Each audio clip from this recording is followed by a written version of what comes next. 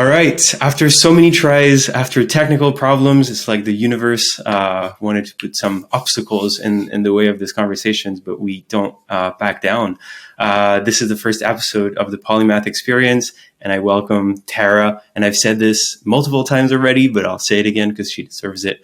Definitely one of my favorite people I've met in this space in the past year or so. It's just a pleasure and an honor to have you as my first guest.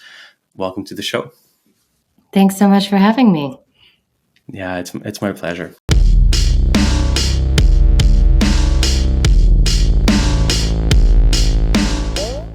All right. The question I wanted to ask you to lead into this conversation was having this conversation with a few friends, and like I said already, we got to the fact that this space is still very niche. It's still very much made up of misfits who didn't quite. Maybe not fit in, but appreciate this other society, let's call it mainstream, and kind of wanted to build their own. But when I look at you from a pretty objective perspective, like Harvard grad, and then had a very cool and very respectable job in traditional finance, and then now, even if we look at your investors, you have some of the biggest names, not just in this space, but in the world. So how does that resonate with you? How does do you resonate with being a misfit at all? How'd you end up here? Tell me everything. Yeah, I think I present as very mainstream and normie, and I think I am a bit of a misfit. Growing up, I was always the kid who just wanted to figure out how the world works, who was reading a ton, who loved to travel. The most normal thing I did was I was really into sports. But outside of that, I was pretty much an oddball. And what attracted me to this space is I just think that blockchain is going to fundamentally alter the way the world works and what is possible. And right now is the time when builders are really able to shape that future and figure out what that can look like, what it can mean, who it can benefit. And so I wanted to be part of that transition. I didn't want to be on the sidelines. I think that Web 2 it's so known and Web 3 is so unknown, and that's what makes it exciting to me. Yeah, I agree. What's really cool is that I think Web 2 did very well. There's a lot of problems, but there are a lot of problems with any type of innovation and any type of growth.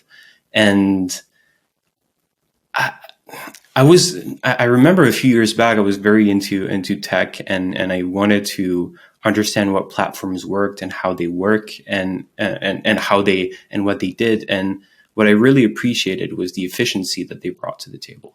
It's like I'm not a big fan of Amazon as a company per se, but being an entrepreneur, I can't but respect the efficiency. They connect hundreds of millions, if not billions of people, and through a value chain that is just so efficient.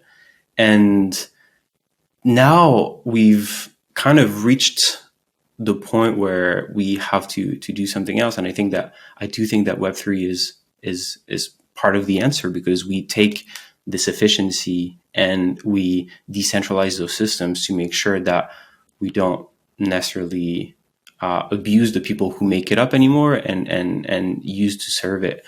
And when I look at, I knew some about Co-Create, and then you told me that you guys made big changes, but you embrace Web3, you understand it more than a lot of people that I've seen having a similar background to yours.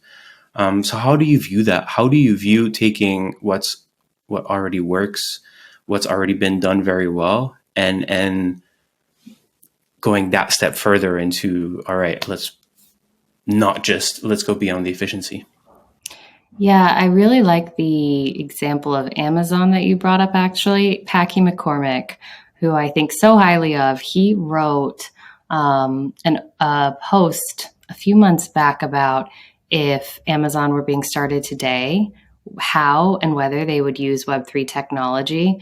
And in the early days of a new technology, the people that are attracted to it are the people who really love technology, who just think this is cool because the actual experience that a new technology presents in the early days is pretty subpar. It's actually not better than the existing product, services, solutions. And so you've got to geek out on what is possible because what is not that exciting yet. And in the case of Amazon, Packy made the argument that they were never trying to be an internet or technology business. They were trying to harness the power of the internet in order to deliver a better service and a better experience. And that's what resonates most with me. While I appreciate and like to go into the details of how things work, for me, it's always about what does it mean for people? And what I think is so exciting about Web3 is it's created the possibility for an internet of value, as some have said, that's orchestrated with tokens, and where the ownership and the value capture and the value creation can be more distributed. And I think that's really exciting. And although we still have a long way to go to realize its full potential, people are starting to see why distributed systems and distributed value creation and capture and ownership matters when some of the platforms that they interact with change their rules or change their algorithms or deplatform someone or make it so that you aren't able to monetize or get in front of the audience in the same way that you were from the day before. And so that's where I think there's some level of discomfort with how Web 2 works, even if people don't have the words to describe why. And if you say, well, you can actually own your audience, you can own all your content and you can bring it with you to various platforms. That's where people start to realize, oh, this could be meaningful for me. It's not just that it's cool tech, it actually means something that matters to me. And that's what we're trying to deliver at Co-Create. That's so cool. Yeah, the notion of ownership is super important. And you brought up the example of people owning their audience. I'd like to, I think the question is very important and interesting when it comes to, because I know that one of the things that you did want to do, and maybe you're going to say that you've changed that part, but I doubt it. You want to take brands and bring them into Web3. And so far, what a lot of brands and companies that are not Web3 native have done has been to leverage tokens, fungible or not fungible, and extract value and use them as a marketing stunt in order to say, hey, we're Web3, we're innovative. How do you convince a traditional company, a traditional brand, that it's not enough to just sell something to their audience, but also to truly put in their hands something that means, all right, from now on, we're sharing ownership. It means that this network doesn't just belong to us anymore. It also belongs to the people who own these. How does that work in your experience? Yeah, it's a great question. I actually don't think that you can convince a brand of anything that they don't already believe. And so my approach is to find those partners, whether those are Web3 native organizations and they generally don't like being called Web2 organizations, but I would say established entities that are innovative and see where the world is going and what is possible and are excited about the potential. And we want to partner with them. I don't really want to be the entity that is educating and trying to proselytize why you should give up certain areas of control. From the brands that we have partnered with already, what excites them is a few things. One, they recognize that consumers, and I'll use consumers instead of community members, but consumers, they expect more from the brands that they interact with, and they want to have a more personalized experience, but they also want to have more voice in what is going to happen. And brands realize that they need to be able to engage with consumers more. And so the idea of utilizing, in our case, helping brands launch tokenized loyalty and reward programs is it does open up the ability for consumers to own their loyalty in a way that wasn't possible because these tokens don't have to be used only within a closed or walled garden specific to a brand's ecosystem. They can actually be used to open up cross-brand partnerships, since these tokens live on a blockchain, and therefore you don't need to build an API between one brand's loyalty system and another. That's reading between two proprietary data systems. And so consumers love the idea of being able to own their loyalty. I think brands love the idea of being closer to their audience, but also using those tokens, that loyalty, as a way to do better surveys, right? Like, and get the consumers' buy-in into some of the brand's decisions.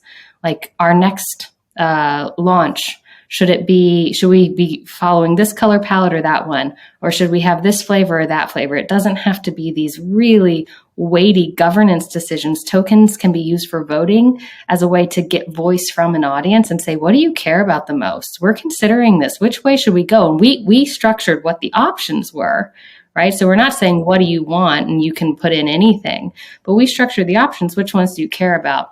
And from the consumer standpoint, now they get something that from one day to the next, the brand can't unilaterally decide, you know what, those tokens, they really aren't yours. That loyalty you quote unquote earned actually isn't yours. And I think that there are brands who are excited about this evolution, excited about allowing their customers, their community, those consumers to have more voice and say in how things develop. And those are the ones that we want to partner with. And we're seeing that a lot of brands are already open to that. We've had brands, like really established, large name, luxury brands, say that they want to have a DAO. So it's out there. Like this is happening, and we just want to be the enabler that supports that evolution.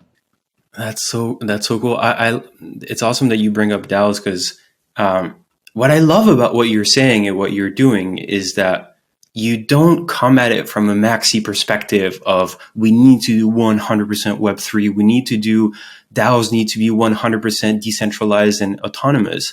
And I speak from like firsthand experience, because building JPEG Vault, we had this, all right, what do we do? How far do we go in decentralization? And I don't think we're here to, I don't think the businesses that succeed the most in the end are the ones that respect the ethos or the narrative that they're building in the most. It's just not how it works. The companies and the brands that succeed are the ones that see the trend, the wave, they catch it, and they build something cool. And right now, the wave, the trend is, you said that brands don't want to maybe give up too much control, and I agree. And I don't think it's about relinquishing or giving up control. I think it's about just sharing it. Hey, we actually care about this relationship, and we care about your what you have to say, and so we're going to let you in. If you're right in saying consumer, because in the end, that's like brand to consumer relationship that we want to focus on. So show us that you actually care about about our product, and you show that by consuming. And so the power consumers, the power users, will have a higher voice, a more important voice. And yeah, I love that. I find it so interesting. Can you drop names? So we have publicly announced that we're partnering with Atari. And so that's what I can say officially.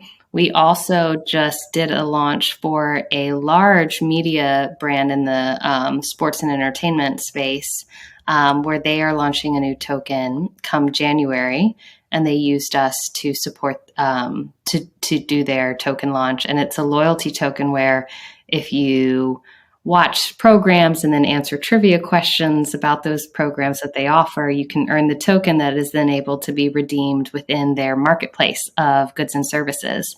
And and this is like a massive media conglomerate. And what was most exciting to them was the ability for their token to be used across various merchants, where they said, well, what if our token could be used at a retailer, where for a given week, the people who have earned our loyalty token could go to XYZ retailer, let's say Lululemon, and use the token there as a way to either get discounts or get some amount of store credit. But the benefit here is that for so many brands, they have a ton of marketing spend that's going into acquisition and retention. And that is a lot of time going to Google, Facebook, and these other intermediaries that actually isn't adding a ton of value. But if brands can partner directly with one another and say, hey, you know what, my audience is a target audience for you, and we're non-competitive businesses. So maybe for a week, we'll do a promotion where each of our tokens can be used at the other as a way to cross-pollinate. And we'll acquire customers that way, but we'll also add value to our existing customers because what they did with us can now be redeemed elsewhere. And so there's more value that we're creating for our existing community and user base. And that was what was so I would say encouraging to me, was to say this massive media company is thinking about open loyalty programs in a way that's incredibly innovative. It blows my mind. Yeah, I don't think they're the only ones either. Like we're hearing this a lot, where too much, and really this is why DeFi came about, right? Is it started decentralized finance as a way to reduce the fees that were going to intermediaries who were seen as rent seeking or just inefficient, and saying, is there a way for two counterparties to create trust within one another? Because intermediaries in finance have primarily been there in order to solve the trust issue. Well, blockchains and smart contracts can solve that trust issue, and they can reduce the requirement for an intermediary. And therefore, all of that capture that was going to the intermediary can now be split among those two direct counterparts. Similar thing can be said for brands. There have been so many intermediaries that have stood between them and a target audience or their own audience, and now they can partner directly in the case of tokenized loyalty programs. And it doesn't mean giving up all control. It doesn't mean launching a token is at risk of being a security and that can be bought and sold and that has a market price and is incredibly speculative. It can be a token that can be earned and redeemed where the brand controls the places it's used, but it's a much more open network than saying, I get miles, I can only redeem it at this airline. Yeah, absolutely. And there's more transparency as well. It's what gives things value. If you don't know how many consumers are being rewarded, if you don't know how much they're being rewarded, if you can't really compare yourself to the others, you miss something. What I find extremely cool is that this whole interoperability thing, that is, for me, it's a given. I've seen it. One of the things that I am the most into right now when it comes to, so we're focused a lot on NFTs, so that's where a lot of my attention goes. And one of the things that I look for is, can this digital product be connected to other ecosystems? Because the more ecosystems it's connected to, the more intrinsic value it has. It's the network effect, a version of the network effect that I hadn't seen before. And I'm not even exaggerating when I say that it blows my mind. Literally, not really. It blows my mind that such big brands, such established brands that don't technically need to do that, would kind of embrace that part of what me, a Web3 native, care about so much, so naturally. Just like those brands coming to you and saying, "Hey, let's do a DAO." It's fantastic, and it leads me to a point where I think you were very smart. You and the team were very smart. Is that you're not you care about Web3 personally. I've seen it. I've seen the passion. I've heard the passion in your voice. I've seen it on your face. And so for people who care so much like us, and in that way you're much smarter than me, it's easy to go to the people who we want to sell on and tell them, hey, you should do it that way. Like, that's the way you should be doing it. And you're doing the smart approach of finding the people that resonate with some of it. And you're not, some people might call it like Web 2.5 or something, and I don't really care about that. I don't think it's like, I don't think it's a bad thing, because you're probably when I was starting to think about this conversation, about an intro, I thought about saying this woman's going to bring in millions and millions of people into Web3, and I genuinely think so much because you're you're doing it, like embracing that wave. No, I really appreciate that. I think, there's this saying we all have in Web3 that, oh, when we went down the rabbit hole. And it's because it's a really deep hole and it It takes a really while is to get never down it. ending. Like, Yeah, and I remember when I first came across the concept of self-custodial wallets, and I consider myself an intelligent person.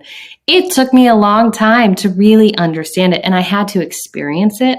I had to do the login with a wallet where I didn't have an account, and then I had to take that wallet somewhere else and plug it into another front end app and be like, oh, now I get it. But when someone spoke it to me, when they tried to explain it to me, I'm like, I don't understand. It doesn't make sense. Why do I want to take on all of this burden of trying to figure this out?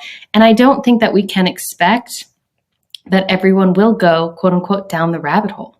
I think we need to expect that if Web3 is to reach its potential, it's because it requires so much less of individuals in order to take part, and that they're simply in these experiences, they start to see the benefits before we require of them, and maybe we never require of them the same level of time and detail that the Web3 natives have had to go through, right? Because there are some people for whom self-custodial wallets and being their own bank, that will never resonate for them. But if you say, you know what, you can own your in-game assets, you can spend time in a game, and then that the things that you've earned in that game are yours. And if you ever wanted to sell them, you could. So all this time and money you're spending, that's yours. And you can bring it with you to another game, or you can own your loyalty points. And if you actually wanted to sell them or spend them somewhere else, you could. Like, that resonates because that actually means something to people in their day-to-day lives. And that's what I'm excited about. I feel like while I can geek out on the tech myself, I don't want to require that of everyone, because that just means that we will always be serving a small cohort. I saw a tweet a few months back, and it was, for Web3 to actually succeed, we've got to get beyond selling to the same 500,000 people over and over and over again. absolutely, And that's true. absolutely. And we need to get away from the tech. We need to get away from the, hey, here's a cool NFT, or here's a token. And you're saying it perfectly. People don't really care that what they have. You don't. I'm just rehashing a conversation that I saw on Twitter, I think, as well, of like, when you go on Instagram, you don't care that it's written in React, or when you use a web app, you don't care what it's made of. You just care that it's useful and that it serves a purpose. And it's exactly what you're saying. As long as people own things and have the feeling that they own them and understand that they own them, it doesn't really matter how it works. But that's a really interesting question. So since you're going to address probably millions of people and that you do want to give them ownership, how are you addressing the whole self-custodial wallet thing? Yeah, it's not an easy thing. And I think this is true also for, similar to how we don't ask, okay, who's your domain provider or who's your web hosting service anymore. And used to be that those were really critical decisions because they were representative of very different experiences. Eventually we won't ask, what blockchain are you on? Right? Like, that won't be a topic of conversation because there will be more interoperability. The way that we're approaching the wallet issue is we want to be able to support people that already have their own wallets, and to enable them to log in. So really, I would call that the super user, the Web3 native. But if you don't, we want to enable you to sign up and create an account similar to how you would with any Web2 service that you're already familiar with. And in the back end, we're spinning up a wallet for you that you can claim at any time. It is on blockchain. So these are assets, they are yours. But it's not on you to take on the full self-custodial burden until you're ready. And some people may choose never to be. But we're evaluating a lot of different approaches to that, because while it's easy to say, and there are a bunch of companies who are focused on it exclusively. So we're not trying to build the solution. We're trying to find the right solution that will integrate into our stack. It's still not the easiest thing in the world. And there are a lot of trade-offs right now in how you go about it. I bet. And the obvious, or maybe not so obvious question that is being raised is security, because for the people who choose the non-custodial, the assets need to go somewhere. So where do they go, and who's responsible for their security? Yeah, I will say, since we aren't focused on financial services and DeFi, it's a little bit different if you think about, okay, well, loyalty points that are on chain, the risk potential is much lower. That doesn't mean that we're taking it lightly, but it's just a different thing to be like, oh, my Bored Ape was stolen. I just lost 6 figures. Then, oh, I've got $100 worth of points with this merchant that I was going to use. And so I think the risk profile is very different. The attack vectors will be very different. But it's all stuff that we're sorting through right now to try to create the best solution that manages customer experience with also individual ownership. Yeah, it's true. Yeah, it's really cool. One of the questions that I had that I was really excited to get into was you're essentially, they're going to be loyalty points, but they're going to be tokens. They're going to be assets that have value. And whenever I've talked, whether in consulting gigs or whatever, whenever I've talked to teams, I try to get them to stay away from fungible tokens as much as possible, because it's so appealing. It's so like, okay, in 15 days you could do an ICO, and in 30 you could have a token that is tradable. And that people will buy and sell, and that you can maybe sell some of as well. Like it's just super appealing, and everyone wants to kind of launch their token. But it's a really hard thing to pull off. It's quite stressful, but that's another question. How do you make sure that the economy built around the tokens that you're going to launch is there? How do you make sure that you're going to have tokens that don't just maybe pump on the launch, or not even pump and just like dump straight away and lose all of their value? Yeah, it's a great question, because right now, from the US perspective, if you're launching a fungible token that is freely tradable, that has a market price, that can be bought and sold, it is incredibly difficult to do that and feel certain that there is no regulatory risk associated with it, that the SEC won't come out and say that your token was a security. The idea of an ICO is completely gone, like selling a token to retail investors. I would not advise anyone to do that unless they truly want an action letter from the SEC. But I think what we forget is tokens are programmable assets. The idea of it being like transferability and tradability is a spectrum. And we know a lot of tokens that are freely tradable, meaning no one can restrict their use. They can be bought, they can be sold, they can be put on dexes, they can be traded over the counter. And then we know from NFTs that some NFT contracts are now being created with block lists attached to them, where the NFT can be bought, sold, traded, transferred, except for these specific addresses, right? And then we also know from some NFTs the concept of soul-bound tokens, where the token can't be transferred at all. Wherever it goes, it's staying in that wallet forever. There's a place in between soul-bound token and block list are freely tradable, and it's called an allow list approach, which is where the token can only be sent or engage with contracts or addresses that are on a list. So instead of the block list where it can go anywhere except for these places, the allow list says it can only go to these places.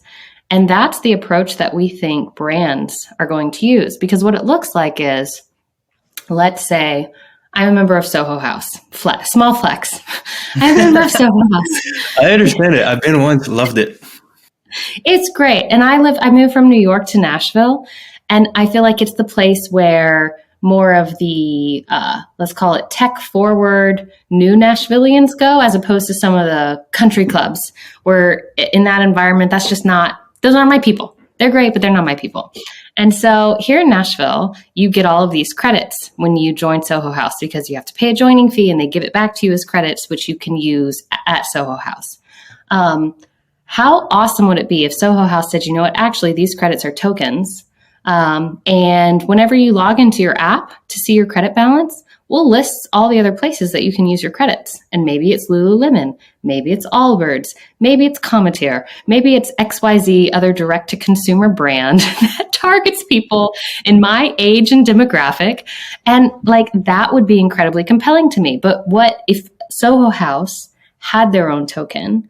They could use an allow list approach so that you can't go and buy the Soho House token, because it's not on their allow list that you can put the token on an exchange, on a DEX, which means that it can't be bought and sold. And rather, Soho House can unilaterally decide how it can be earned.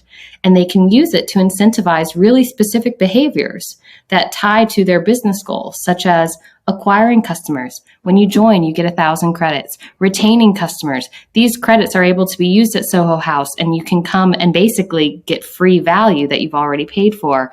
Engagement. Like, hey, you know what? If you come to 10 events within your first quarter, you're going to get 50 extra Soho House tokens, right? So they're encouraging acquisition, engagement, retention. Yeah. But then you have all of these credits, these tokens, and they say not only can you use them within our in walled garden, but we're going to partner with other merchants and selectively say, now you can use it at these other merchants. And so that's where I think sometimes it's lost in the discussion that fungible tokens don't have to be fully decentralized tradable assets that can be bought and sold that will be subject to extreme hype and speculation. They can just be a business superpower that gives more optionality, that gives more ownership, that gives more voice, but isn't yet full on degen. Again, blowing my mind. Yeah, I'd never considered this. I'd never considered it because it's, again, Webpry Native, coming from a place where you can buy or sell your token anywhere, but the way you're describing it, it's just all of the benefits of the tokens with none of the pressure. Because if you can indeed pick a framework in which they're used, it can be even more powerful. Yeah, because those companies can decide which other companies their users or their members are going to interact with. All right, now you got my brain going. Yeah, that's really fascinating. Any partnership with Soho House coming in No, but the I future? keep on using them as an example. I have an op-ed that's coming out in CoinDesk, and I use them as an example because I keep on using the brands that I want to see do this. And so I probably should try to get a connection at some point. Yeah, keep at it. They're bound to hear about you at some point. There's one thing. One of the things that I remember when we had that first conversation, and my girlfriend was in the background, and after we were done, she was like, "Oh, she sounds so cool. Like I like her," and you have that kindness. You have that really, I don't know. There's something very cool and something very special about you, and being a woman who's not very. You're obviously very driven, but you don't seem pushy, or you don't seem like you absolutely need to get your point across, or that you absolutely need to see your opinion seen and respected and heard. Like you seem very balanced. How is it being a woman with those characteristics in a mostly male and very like masculine energy yang type of environment? First off, I'm so glad this is recorded because I'm going to share this with my husband and be like, see, he says I'm not pushy. Hey, I only talk about what I see. I know that we all present whatever we want to present to the world. So this is not I don't claim to know exactly who Tara Fung is, but from what I've seen, this is what I get. Yeah, no, well, firstly, I really appreciate it. I think we're all a function of our like innate orientation, but also our environments. And I was raised in a small town in the South, but I was also raised, that was a very traditional conservative environment where women were expected to have certain roles and to have certain ambitions and not have others. But I was also raised by a single mom who, while she personally held those beliefs, she didn't have the luxury of being able to demonstrate them because she needed to be the breadwinner. She needed to be the mechanic. She needed to be the person that did everything because she was a single mom. And so I think that juxtaposition is what gave me a lot of the confidence to say, actually, that societal norm doesn't reflect my values or my interests. But the Southern upbringing also gave me some level of maybe politeness and warmth that I think still holds true, even though most of my accent has since passed or gone away. Yeah, that's a I shame. still have y'all. That's always my giveaway. And people are like, oh, so wait, where are you from? But I've worked in male dominated environments my whole career. And in fact, I remember growing up, I often wanted to be hanging out with the guys. Like I went to a small school and we would break up our PE, our physical education classes, into boys and girls. And me and one other girl would get pulled out of the girls' softball to go play baseball with the boys. And I was like, I always wanted to be just as good and compete just as hard and run just as fast and try to be just as strong, which I never was. But I had some level of skill that tried to narrow the gap. And so I always felt this competitive, like, oh, I can be just as good. And that's held through, I think, in my career. I started out in German automotive. I was very commonly the only woman in the room. I then went into financial services and now I'm in crypto. And so I'm not uncomfortable when I'm the only woman in the room. And I will say that my experience overwhelmingly has also been very positive. There have been times when I've experienced some level of sexism, right? Or times when I've been asked things that I know a man wouldn't be asked. But overall, I've had a very, very fortunate experience. And I've heard stories of other women and that they haven't had those similar experiences. So I know to count myself as lucky. But I also think that there's a certain expectation that I try to bring to the table, which is I deserve to be here. And hopefully by presenting myself as such, you'll treat me that way, which is I've had returned more often than not. Yeah, it's. I think you have a very strong point here. I will never be one to victim shame or anything. I do think that to any interaction, social interaction with other people, there are two parties or more parties, but that's one of the things I've talked a lot with my girlfriend, for example, of if you genuinely strongly believe that nothing's going to happen to you, it reduces the likeliness that something is going to happen to you. That applies to men. That applies to women. I've lived in in neighborhoods that were not the most welcoming, but I always walked the street with a huge smile on my face, and like nothing would ever happen to me, and nothing has ever happened to me. I've never got beat up or anything, and I do think that doing the inner work as a woman of like dealing with that imposter syndrome, dealing with that, hey, I actually belong here. This is actually my space if I decide to, is a really good way to go about it. But as a more general thing, how do you think we get more women to the space? Ooh, I wish I knew the answer to that. I am so encouraged by a lot of the organizations and communities that have cropped up in order to make this a more welcoming place for women. And in general, other minorities, people of color, people from different backgrounds.